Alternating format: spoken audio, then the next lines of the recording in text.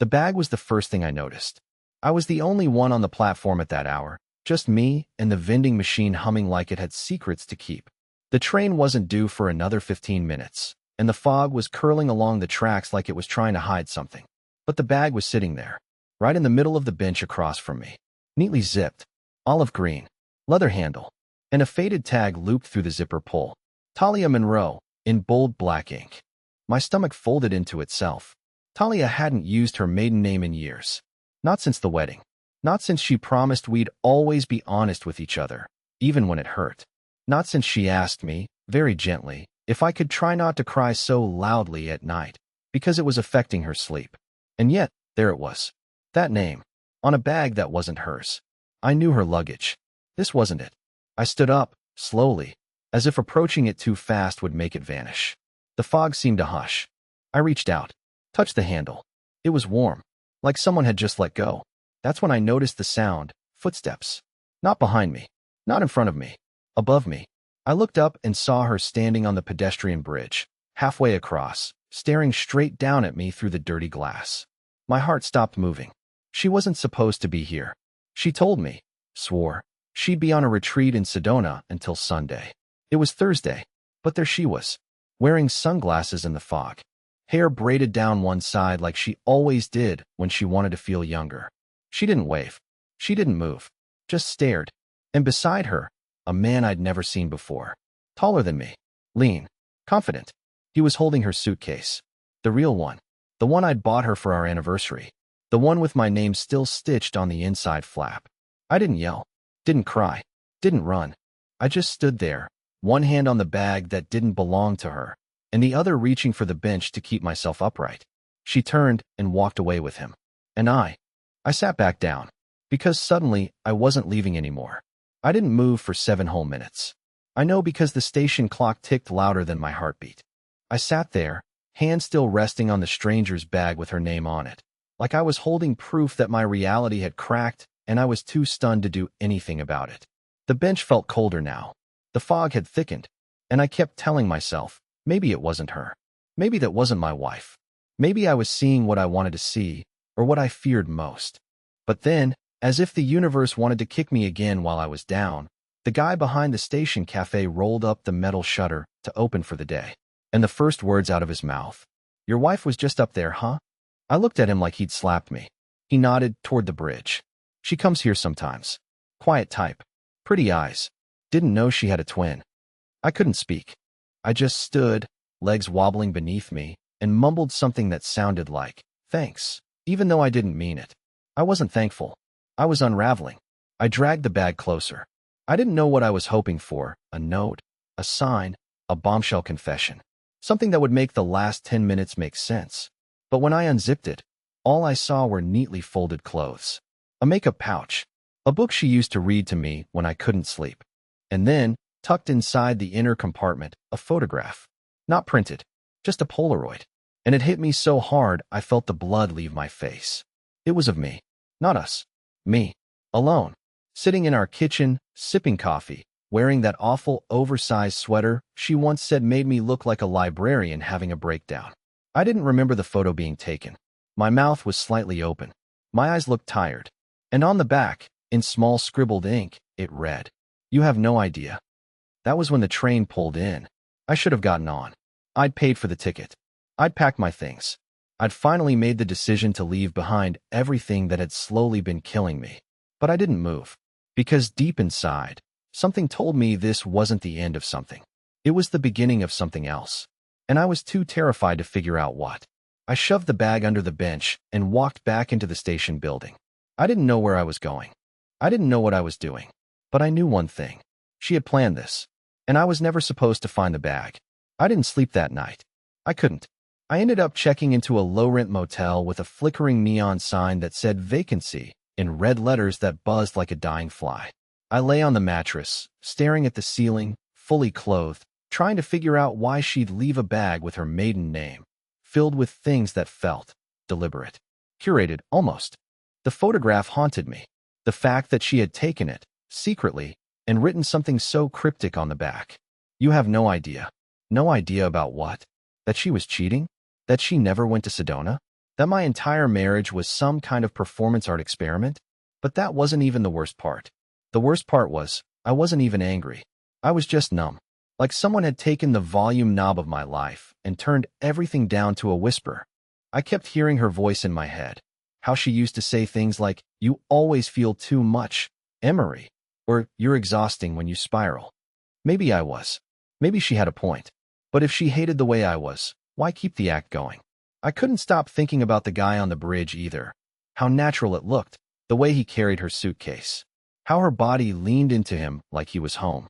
Around 3 a.m., I sat up and dumped the contents of the bag across the motel bed, one item at a time, looking for anything I might have missed. Then I saw it. A folded brochure tucked inside the book she used to read to me.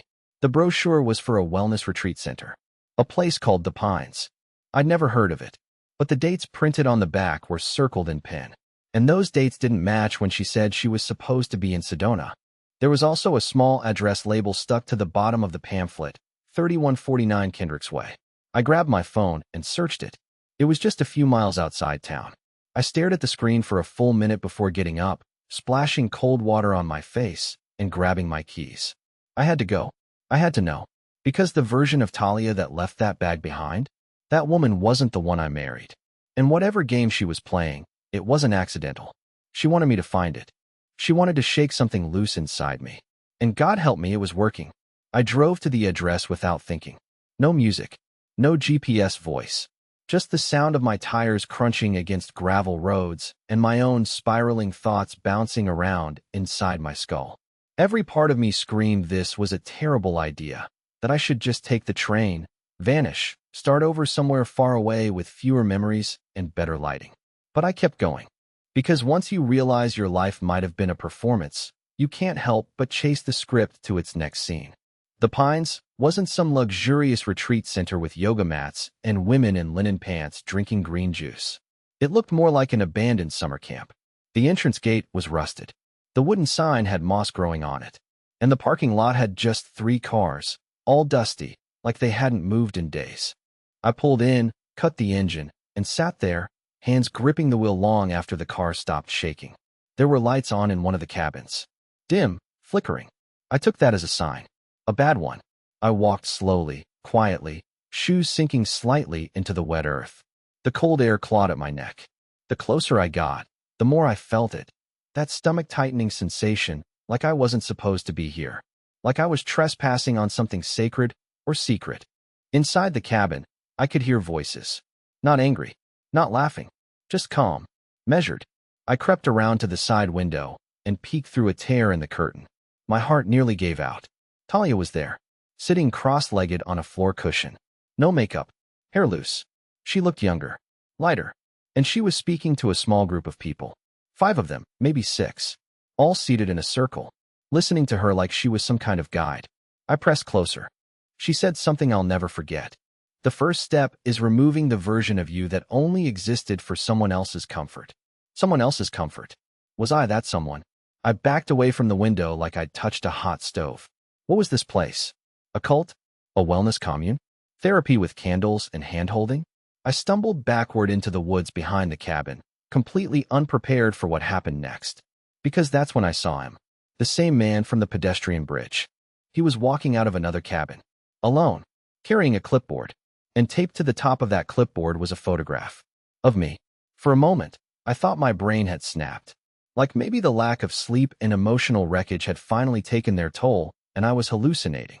Because there was no sane reason that man, this tall, calm, perfect stranger, should be holding a clipboard with a photo of me taped to the top. But it was me. The same photo from the bag. Same sad sweater. Same lifeless eyes. Same timestamp scrawled in the corner in smudged ink. He stood under a crooked lantern hanging above the cabin door, scribbling notes as if none of this was bizarre. As if stalking someone's marriage was as casual as jotting down a grocery list. I ducked back behind a tree and clutched my knees like a child hiding from thunder. My breathing went shallow. I wanted to run, get in my car and drive until my lungs remembered how to breathe, but I couldn't.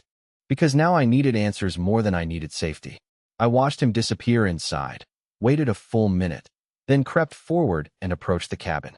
My hands shook as I pressed my ear to the wooden wall. I heard papers shuffling, and then a voice. Not his. Hers. Talia. I froze. She was inside. With him. Alone this time. She was saying something about emotional exit points and triggers, but I couldn't make out all the words. My brain was too busy short-circuiting. Then, I heard my name. Clear. Sharp. Like a pin through fabric. Emory doesn't know who he is without the pain. That's the problem. If I take that from him, he disappears. I felt like someone had poured ice water into my spine. That's when the door creaked open. I bolted back into the shadows as the man stepped out again, this time alone, the clipboard still in hand. But before he turned, he paused. Then, I swear, he looked right at the tree I was hiding behind and smiled. A slow, deliberate smile. Not friendly, not sinister, just knowing, like he could see straight through the bark and into the trembling shape I'd become. I waited until he was out of sight, then slipped around the cabin and tried the back door. Locked. But just as I turned to leave, something caught my eye. A single page caught between the slats of the deck. I slid it out carefully. It was a list. Handwritten. Titled, Separation Phase, Final Notes. My name was at the top. Below it, a checklist. Each box ticked. Loss of job. Isolation event. Passive exposure to evidence. Relocation impulse triggered. Emotional rupture confirmed. At the bottom, one final box remained. Unticked. Confrontation. And next to it, a time. Tomorrow. 8 a.m. I didn't go back to the motel. I couldn't. My mind wouldn't let me. I just sat in my car across the dirt road from the Pines, staring at that handwritten checklist like it was my own obituary. My name, my actions, my unraveling. All premeditated. All neatly ticked like items in some grotesque behavior experiment. I read it again and again, trying to convince myself that this wasn't real. That maybe it wasn't my Talia who wrote it. That maybe there was another Emory out there. Another sad-eyed husband unraveling at the seams who also wore fraying sweaters and cried when commercials used slow piano music. But the handwriting? It was hers. No doubt. The little loop in her lowercase e's. The way she made her check marks leaned slightly to the left. She had been studying me. Planning something. But for what? What the hell was confrontation supposed to mean? Was she going to break things off tomorrow morning? Was this entire retreat a front for divorcing emotionally unstable spouses with surgical precision? My stomach churned with a nausea I couldn't explain. I felt hunted, processed, like I was part of some social experiment disguised as a marriage. At some point, I must have fallen asleep in the car. When I woke, it was light out and my phone was buzzing with a voicemail. Unknown number. My throat dried when I listened to it. Talia, if you're hearing this, I guess you found the list. I wanted to tell you in person. I thought maybe I could. But you were always a little too good at disappearing when I needed you present. Please don't come tomorrow. It'll only make things worse. And Emory, I'm not sorry for all of it. Just some of it. The message ended with the sound of her breathing. Then a soft click. I sat frozen in the driver's seat, heart pounding against my ribs. I wasn't supposed to come. That meant she knew I was here. That man, the clipboard guy, had seen me. Maybe even expected me. This wasn't a chase anymore. It was an invitation. A stage. But why? Why would she want me to come just to tell me not to? Unless the confrontation wasn't between her and me. Unless someone else was meant to do the confronting. I looked at the time. 7:04 a.m. Less than an hour until the final box on the list was supposed to be ticked. I started the engine. If this was a trap, emotional, psychological, or otherwise, I wasn't walking into it quietly. But I wasn't running anymore either. I parked farther away this time. Not at the lot. Not near the trees. Too obvious.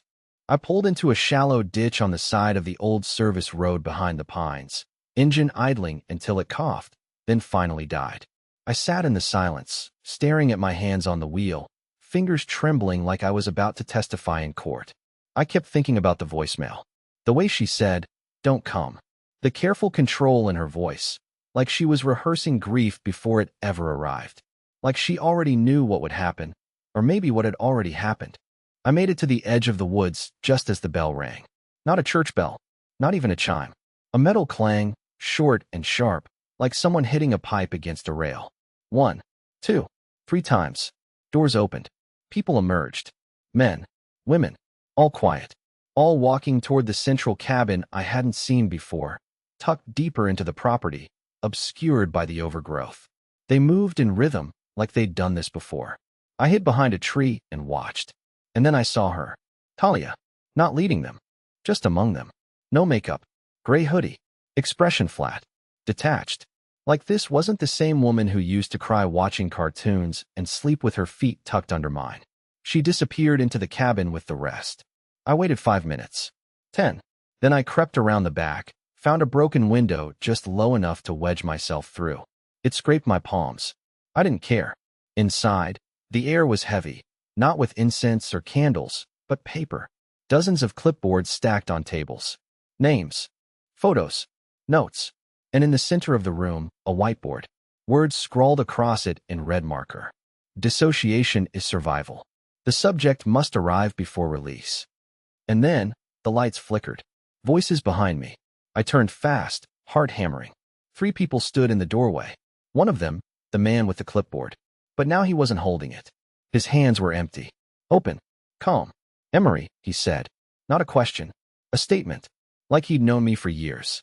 I'm not part of this, I said, instantly regretting how weak my voice sounded. He smiled. That's where you're wrong. And then I heard her. Behind me. He wasn't supposed to come early, Talia said. Her voice cracked, just a little. I didn't think he'd make it this far. She stepped into the room, and for a second, I saw something familiar in her face. Something that looked like sadness. Or shame. Talia, I said, stepping toward her. What is this? What is this? But before she could answer, he stepped between us. She brought you here because she couldn't finish it alone, he said. Because you still mattered. Then he raised one hand and pointed toward the whiteboard. My name was written on it. Underlined twice. And below it, one word. Reintegration. I didn't understand. I shook my head. What are you talking about? He looked at Talia. Tell him. She blinked. And for the first time in what felt like years, she looked afraid. Talia, I said again, quieter now. Please. Just tell me the truth. I'm not going to break. Not this time. She looked at the others in the room, and for the first time, I realized they weren't guards. They weren't captors. They were watching her. Not me. Talia, I said again. She took a slow breath, eyes locked on mine. I didn't come here to leave you, Emory. I came here because I was scared I already had. I didn't understand. My chest tightened. My mind raced for answers, but nothing made sense. You were fading, she continued. Not from me. From yourself. You stopped laughing. You stopped fighting. You just shrank. Her voice cracked, and she looked away, but not before I saw tears welling in her eyes. I thought if I staged it, if I built a break dramatic enough, you'd feel something. Anything. I needed to wake you up. The man beside her nodded, stepping back. We observe people who are emotionally disassociating from their lives. We don't destroy marriages. We test their gravity. I blinked. You test love. Talia nodded. They call it the Pines because most people who come here don't know who they are anymore. They're ghosts. Dull versions of who they used to be. And sometimes, so are their partners. I felt like I was breathing underwater. So all of this, the bag, the photo, the fake seminar. All real, she said. But designed. To see if you'd run. Or stay. And the guy with the clipboard? I asked. Talia smiled weakly. He's a counselor. Not a lover. I almost laughed, a sharp, awkward sound that startled even me. I pressed my palms to my face, took 2 long breaths, then looked up again. I thought I lost you, I said. Every part of me believed you didn't want to fix us. I didn't want to fix the version of us we were pretending to be, she said. I wanted to find the real one again. The one that made you cry during movie trailers. The one that memorized my coffee order. The one who danced in the living room in socks and pulled me into it even when I said I was tired. I looked around the room. The whiteboard. The silence. The clipboard on the floor with my face on it. Was this ethical? I asked. Probably not, she said. We both laughed, for real this time. I felt it in my ribs. And then she reached into her jacket pocket and held out a train ticket. Renfield. The same town I'd planned to escape to. I bought it the night you quit your job, she said. In case you still wanted to go, but not alone. I stared at her hand for a long time. Then, without fully realizing it, I took the ticket. Later that day, as the train pulled away from the station, we sat beside each other in a quiet car, knees brushing. Nothing dramatic. No grand speeches. Just her head resting gently on my shoulder. And for the first time in years, I didn't feel like running anymore.